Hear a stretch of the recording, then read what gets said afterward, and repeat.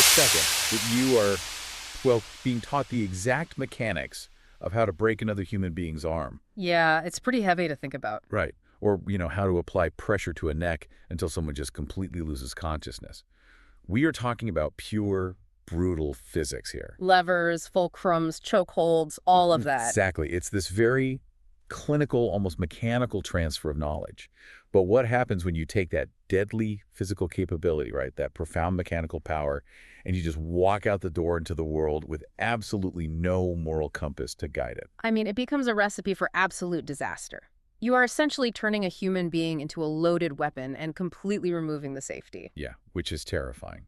Welcome to our deep dive. Today, our mission is to uncover how a martial art that is, literally world famous for lethal chokes and joint locks is actually designed as a system for profound moral and personal development. And, maybe even more importantly, we are going to explore the absolute chaos that ensues when that underlying philosophy is just completely stripped away. Yes.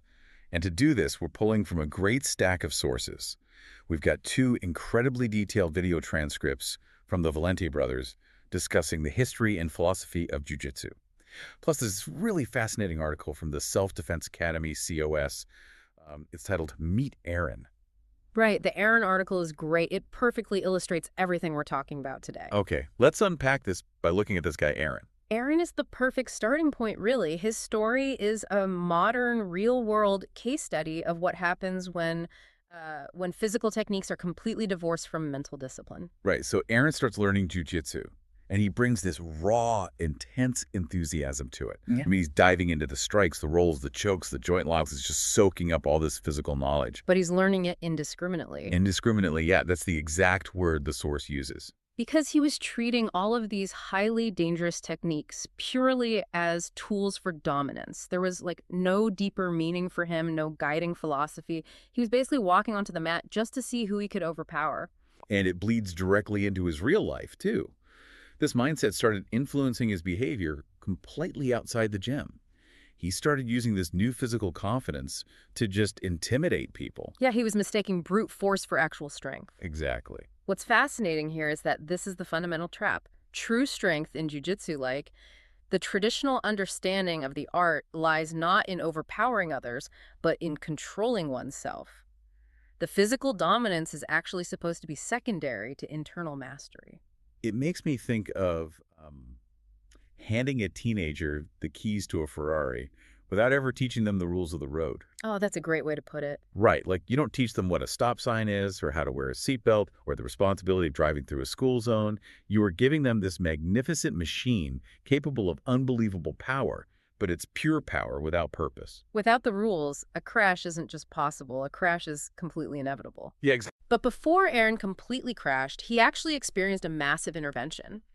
He was introduced to the Valente brothers method, and specifically to something they call the 753 code. Wait, I wanted to ask about that. What exactly is the 753 code?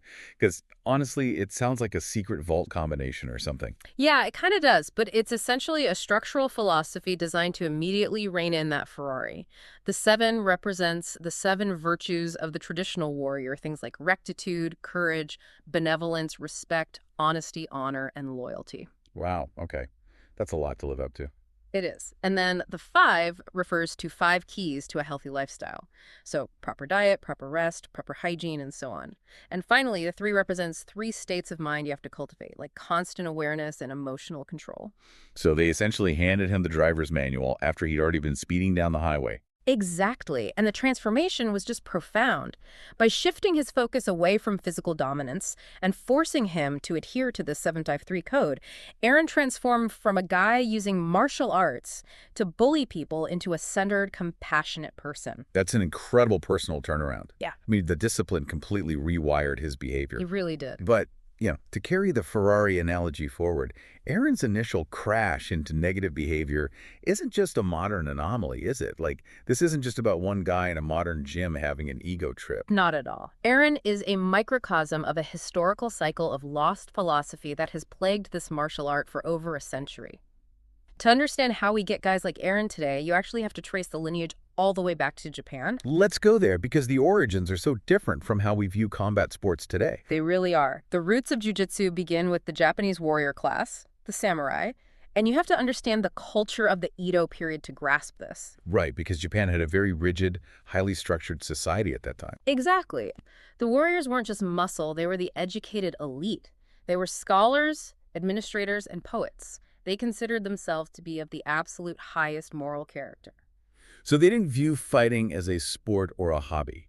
They felt a massive, almost spiritual responsibility to their nation and their traditions. Yes, and because of that immense responsibility, they treated their knowledge of jiu-jitsu with the utmost reverence. It wasn't taught to the general public, like, at It all. was kept hidden. Yeah, it was a closely guarded secret passed down privately within clans from grandfather to father to son. They understood clearly that they were handling a deadly weapon, and teaching it required an uncompromising moral framework. But then the geopolitical landscape of Japan completely fractures. We hit the transition into the late 19th century, right? The Meiji Restoration comes along, and Japan aggressively starts westernizing. Right, and this is where you have to look at the underlying the why behind the erosion of those philosophical guardrails. The Meiji government essentially abolishes the samurai class. Just wipes them out socially? Yeah, they ban the carrying of swords in public. Suddenly, you have this entire class of highly trained warriors who have lost their social status, their stipends, and their purpose. Oh, wow. So you have a bunch of lethal fighters who suddenly need to figure out how to pay rent? Precisely. They have Yeah. to make a living. So they start opening public schools, teaching these deadly secrets to anyone who has the money to pay. Which changes everything. It really does. The sudden shift in social incentives meant the strict moral gating of the art just evaporated. People wanted to be modern and Western, so the old, rigorous Japanese philosophies fell completely out of favor. And the art falls into total disrepute. The sources mention it became associated with thuggery, organized crime, and street fighting. It was bad. It got so incredibly bad, the reputation was so completely toxic, that Jigoro Kano, a prominent practitioner and educator, had to fundamentally rebrand it just to save it. Yeah, he took the underlying techniques, systematized them, and changed the name to judo. And that suffix "do" is the critical piece of the puzzle. It translates to the way or way of life. No. Kano was desperately trying to reattach a philosophical framework to the physical movements. He needed to signal to Japanese society that this wasn't just a fighting technique for street thugs, but a path of profound personal development. But does this degradation happen everywhere? Because history seems to repeat itself here. We see this exact same slide into thuggery happen again later, this time across the world in Brazil. Yes, unfortunately.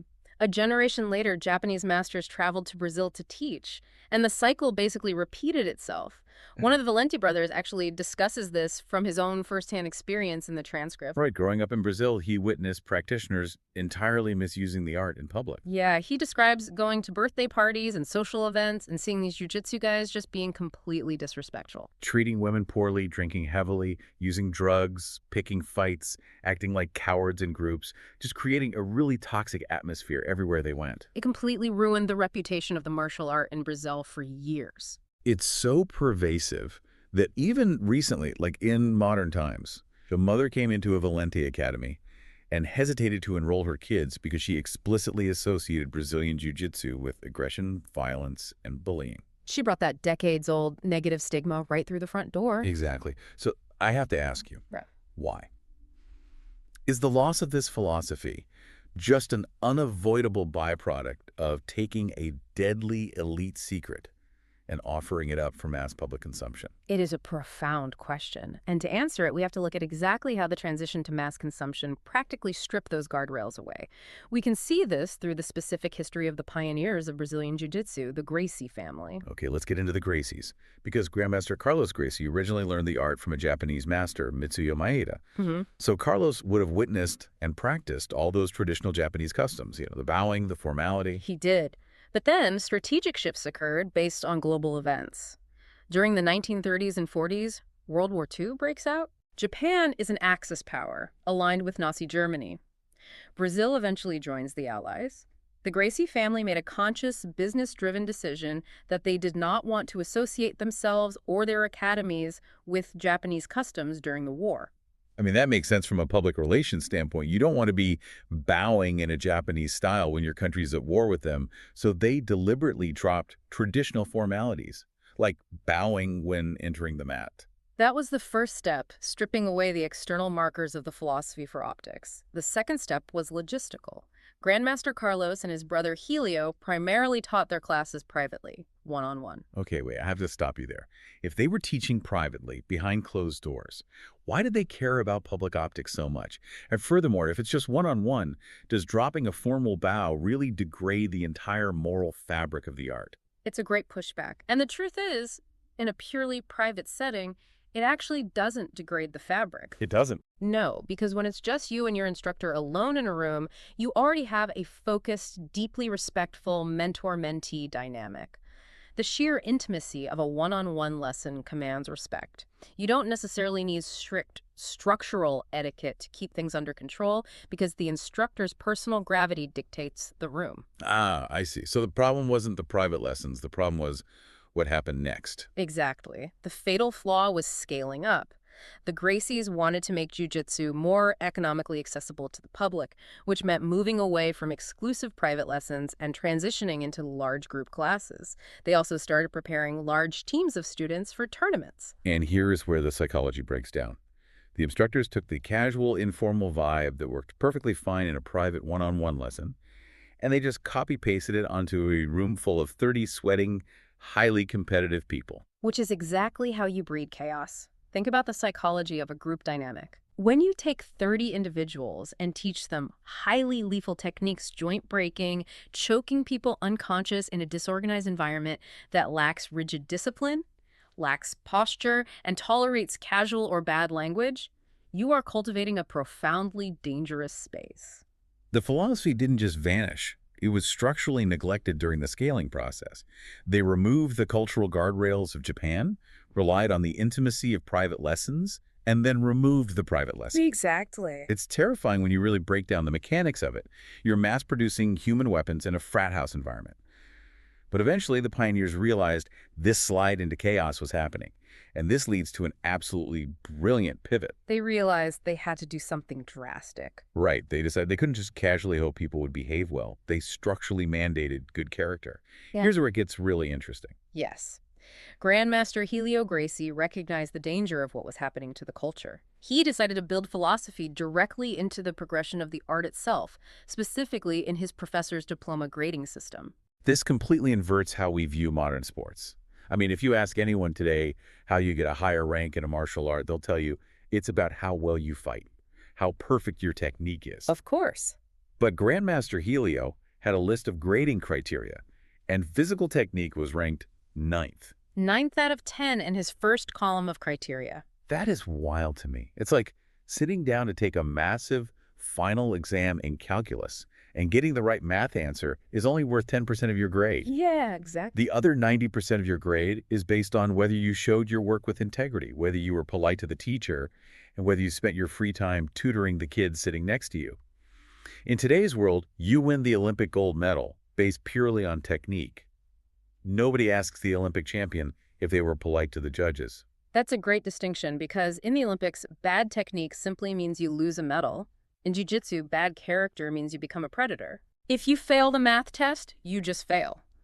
If you fail the character test while possessing lethal skills, you become a menace to society. So if technique was ranked 9th, what do you think was number 1? Number 1 was courage.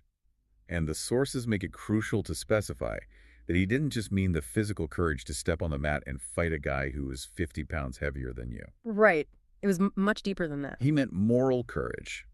The courage to stand up for what is right off the mat. The courage to look at your peers and say no to drugs, to say no to alcohol, to refuse to participate in bullying. It's the internal fuel to always do what is right, even when it's socially difficult. And right below that, number 2, was helpfulness and generosity, actively thinking of the welfare of your fellow human beings. The list keeps going too. Veracity, honesty, discipline, respect. And then there was this one highly specific detail that I find absolutely fascinating. Hygiene, cleanliness. It sounds minor compared to, like, moral courage, but it had a deep symbolic and practical purpose. Right. Students were strictly forbidden from wearing dark-colored gills, the uniforms they train in. In a lot of modern gyms, people love dark uniforms because if you sweat or it gets dirty, you can't really tell. It hides the grime. It's just easier to maintain. But Helio despised that. He mandated impeccably clean white uniforms. He believed that if you were hiding dirt on the outside, it meant you were comfortable being dirty on the inside. It's a brilliant psychological tool. Maintaining rigorous, visible physical hygiene forces a level of daily discipline that translates directly into internal moral hygiene. You cannot hide your flaws. You have to clean them. That is so powerful. But demanding that level of virtue from your students, courage, honesty, meticulous hygiene, is completely impossible if the person at the front of the room is a hypocrite. Exactly. You can't tell your students to be noble, disciplined warriors if you show up hungover to teach a Sunday morning class. Which brings us to the profound impact of the instructor as a 247 role model. You cannot just teach the 753 code, you have to embody it constantly. There are incredible anecdotes about this in the sources. Oh, I loved this part. One of the Valente brothers recalls traveling to California as a teenager to visit Rorian and Royce Gracie.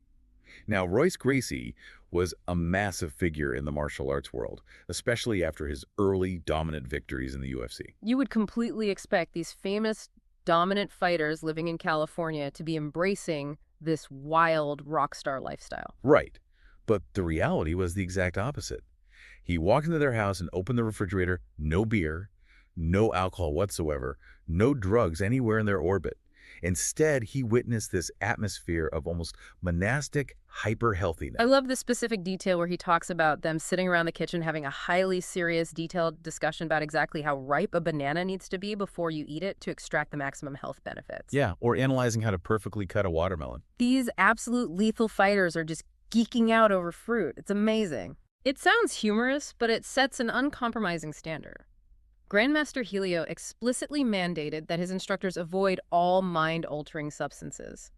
When an academy enforces that kind of clean language, absolute health, and rigorous respect, it fundamentally changes the ecosystem of the room.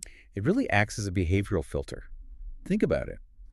Criminals, or thugs, people who are just looking to learn how to hurt others, would come into this clean, polite, highly disciplined environment, and they would feel intensely uncomfortable. The culture rejects them. Yeah, they face a choice. Yeah. They either quit because they cannot handle the glaring moral spotlight, or they submit to the culture and completely transform. And there is this amazing story about a student who came into the academy with a really rough, gang-related background from the streets. Oh, right. He had this tough guy attitude, a real chip on his shoulder, but he stuck with the training.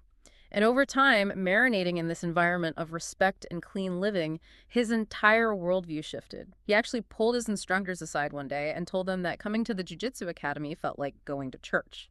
Going to church, which sounds crazy for a combat gym. But it's not because they were preaching theology. No, not at all. It's because they were relentlessly promoting good deeds, moral virtue, health, and emotional control right alongside the combat techniques. And they trace this culture all the way back to the original Gracie Academy inaugurated in Rio de Janeiro on April 18, 1952. Grandmaster Helio ran that place like a battleship. Absolutely no bad behavior was tolerated. And look at the result. It wasn't just a breeding ground for fighters. It was an incubator for excellence. That 1952 academy produced great doctors, great lawyers, community leaders. These were people who took the profound discipline and self-control they learned on the mat and applied it to excel in every single area of society. If we look back at Aaron from our first story, this is exactly what he finally tapped into. He didn't just learn how to submit people, he learned how to submit his own ego. If we connect all of this to the bigger picture, there is a really striking metaphor that perfectly captures why this total lifestyle discipline is non-negotiable. Let's hear it. When you possess the knowledge of jiu-jitsu, you are constantly in possession of a deadly weapon. It is as if you are permanently behind the wheel of a moving car. Oh, that's heavy. A 3,000-pound machine moving at 60 miles an hour. If you are always driving, you can never, ever afford to be intoxicated. Exactly. You carry a permanent, heavy responsibility to stay sober, rational, and completely in control of your emotions. You don't have the luxury of giving in to road rage. Because the damage would be catastrophic. Right. You don't have the luxury of losing your temper or losing your mind because the consequences of your physical actions are simply too severe. The weapon is always with you. That changes the entire framing of what it means to be a martial artist. It's not about getting ready for a fight. It's about preparing your character to ensure you never have to use the weapon improperly. Exactly. There's an anonymous quote from the sources that encapsulates this perfectly. The wise person wins without fighting. The ignorant person needs to fight to win. Because true mastery of a deadly art isn't found in the application of violence. It is found in the rigorous daily discipline that prevents its misuse. So what does this all mean for you listening right now? You probably aren't spending your evenings learning how to apply joint locks or choke holds. But you do possess power. Look at your own life. What powerful tools or highly specialized skills have you acquired? Maybe you are an incredible public speaker who can easily sway a room of people. Maybe you have advanced coding skills that could build or destroy digital infrastructure. Maybe you manage a large social media following and hold the power to direct public outrage or public support with a single post. Right now, are you using those skills without a guiding philosophy? Are you just Aaron in his first phase, wielding power indiscriminately simply because you can? Imagine how your impact on the world might change if you attached a strict, unyielding code of virtues to those everyday powers. What if you graded your own life and the actual execution of your skills was ranked ninth, right below moral courage, helpfulness, and integrity? It brings us right back to where we started. When you learn how the mechanics of power work, it's just physics. But taking that power out into the world without a moral compass, that's when things get dangerous. Maybe it's time we all check our own driving record.